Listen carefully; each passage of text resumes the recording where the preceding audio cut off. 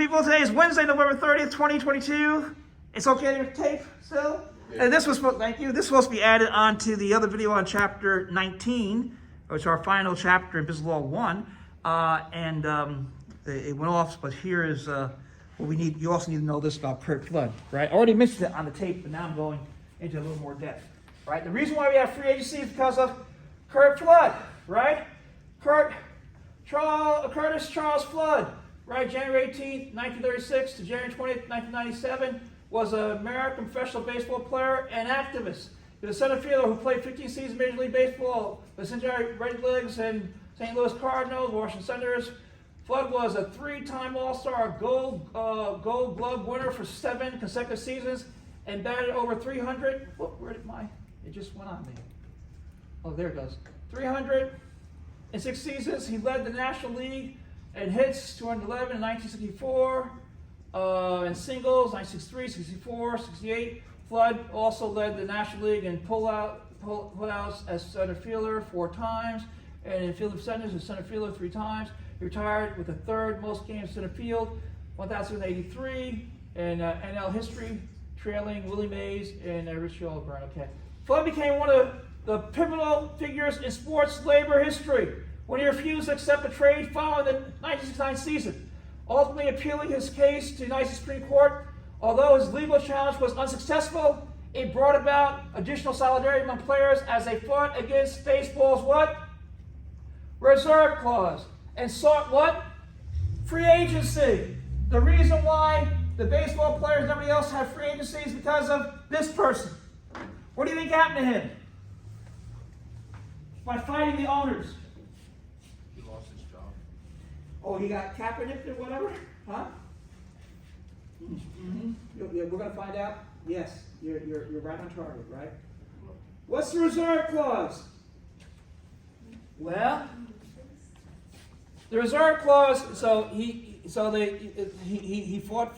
for the players, right? But his career is over, right? He finished his career by doing that. Okay. The reserve clause in North American professional sports was part of a player's contract which stated that the rights to players were retained by the team upon the contract's expiration. Players under these contracts were not free to enter into another contract with another team. Once signed to a contract, players could, at the team's whim, the owner, right, be reassigned, traded, sold, or released.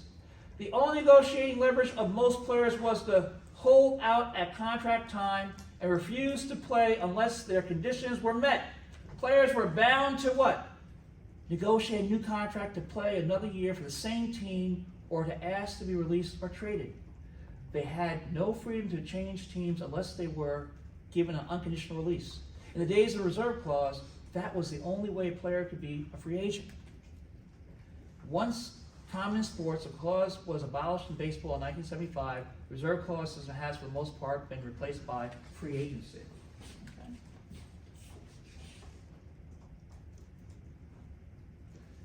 And professional sports, free agent is a player who's eligible to sign with other clubs or franchises, i.e. not under contract to any specific team. The term is also used to reference to players who is under contract at present, but who is allowed to solicit offers from other teams. In some circumstances, the free agent's options are limited by league rules.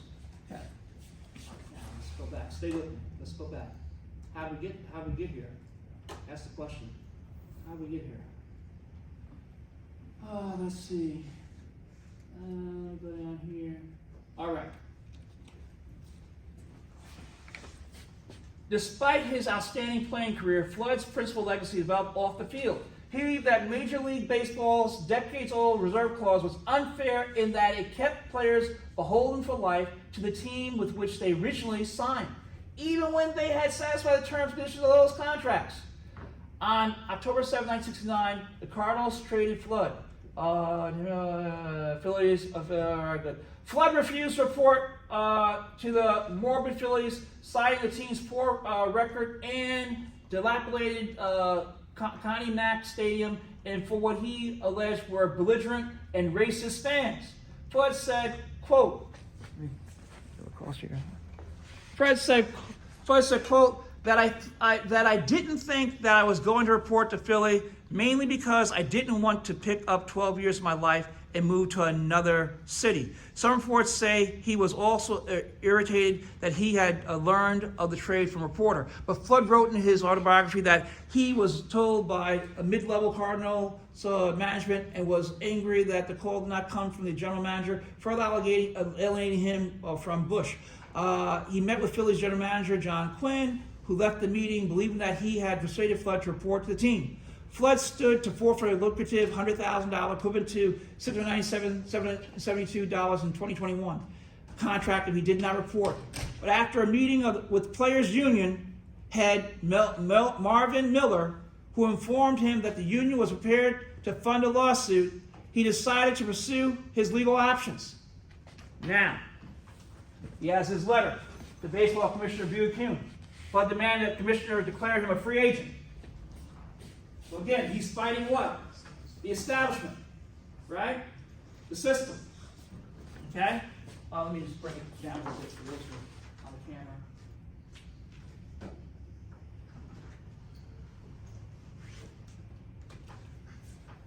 December 24th, 969. After 12 years in major leagues, I do not feel I am a piece of property to be bought and sold irrespective of my wishes.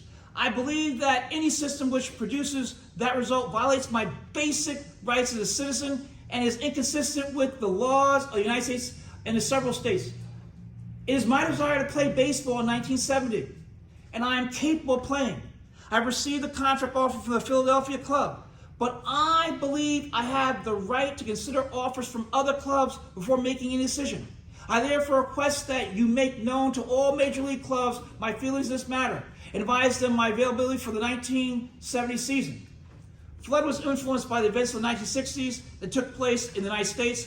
According to Marvin Miller, Flood told the executive board of the Players Union, "I think the change in black consciousness in recent years has made me more sensitive to injustice in every area of my life." However, he added that he was challenging the reserve clause primarily as a major league baseball player. That's why he challenged it, right? To help out everybody to have the ability to become a free agent, okay? So, we have Commissioner Kuhn denied Flood's request for free agency, citing the propriety of the reserve clause and its inclusion in Flood's 1969 contract. On January 16th, 1970, Flood filed a $1 million lawsuit against Kuhn in Major League Baseball, alleging violation of federal antitrust laws. Oh, that goes back to Chapter 5 we did, right? Flood likened the reserve clause to slavery. Among those testifying on his behalf were former players Jackie Robinson, Hank Greenberg, and former owner Bill Vick. No active players testified, nor did any attend the trial. Why? Maybe they're afraid, right? I don't know. Although Players Union representatives have voted unanimously to support Flood, rank and file players were strongly divided, with many avid supporters of the management position. It was argued, Flood versus Kuhn was argued for at Supreme Court on March 20, 1972. Flood's attorney, former Supreme Court Justice Arthur Goldberg, asserted that the reserve clause suppressed wages and limited players to one team for life. Major League Baseball counsel Lewis Hayes countered that Flood won his case, it would be a shambles. On June 19, 1972, the Supreme Court invoked the principle of stare decisis to stand by the things decided, Rule 5.3 in favor of Major League Baseball, citing the President 1922 ruling in Federal Baseball Club versus National Leagues. Could black people play in 1922? No. Right, they didn't get into what, 1947, right? With Jackie Robinson? Although in reality, before that time, blacks and whites used to play together, but that's another story, I don't have time for that. Justice Lewis Powell recused himself owing to his ownership of stock in Anheuser-Busch, which owned the Cardinals. Despite the loss in the Supreme Court, the Baseball Players Union continued to push to eliminate the reserve clause. It was finally struck down in December 1975, the case involving Dave McAnally, and the union baseball team owners agreed to contract including free agency. In 1998, the federal government passed the Curt Flood Act in 1998. The act passed by the 105th Congress and signed into law by President Bill Clinton, revokes baseball's antitrust status, save for expansion leagues. That status in Major Baseball has been enjoyed 75 years after the Supreme Court had ruled that baseball was ineligible to establish an interstate commerce. this act did exactly what Flood wanted. It stopped owners from controlling the players' contracts and careers. You can learn more about that down the road. Muhammad Ali. He said they got us cheap. What do you mean by that? What do you mean by that? I told you how Muhammad Ali, he won in the 1960s Rome Olympics, boxing, right? Everything like that. Then he went back home to Louisville, Kentucky. He tried to get a sandwich at the restaurant, whatever like that. They said, hey, we don't serve you people over here, and all that kind of stuff. So he took his gold medals and he threw them into the Mississippi River. All right. Later on, he becomes a conscientious objector against the Vietnam War, saying the Vietnamese never called me the N-word. They took away his title as the heavyweight champion of the world. And then after lawsuits being filed, the Supreme Court said, hey, he had a right to be a conscientious objector against that war. And he's going to have a fight with Joe Frazier, right? And he says in the fight, he says, they got us cheap. What's he mean by that? Here's a major fight between Joe Frazier and Muhammad Ali for the title of the world, both undefeated. Why do you say they got us cheap? I think they only received like 2.1 million, something like that, right? How much money did they make off that fight, do you think? Maybe billions for all. I don't know. Maybe, I'm talking about back then money too, right? So it's Muhammad Ali is the one who starts to get the boxing people the $10 million and all that kind of stuff, right? The big, huge millions and millions, right? Floats like a butterfly, stings like a bee. They got us cheap, right? They got us cheap because they're doing all the work, but home box office, all these other people, the outlets are making all the money off of the fight on March 8th, 1971, back then. Okay, my wonderful people, that concludes Business Law 1, Chapter 19.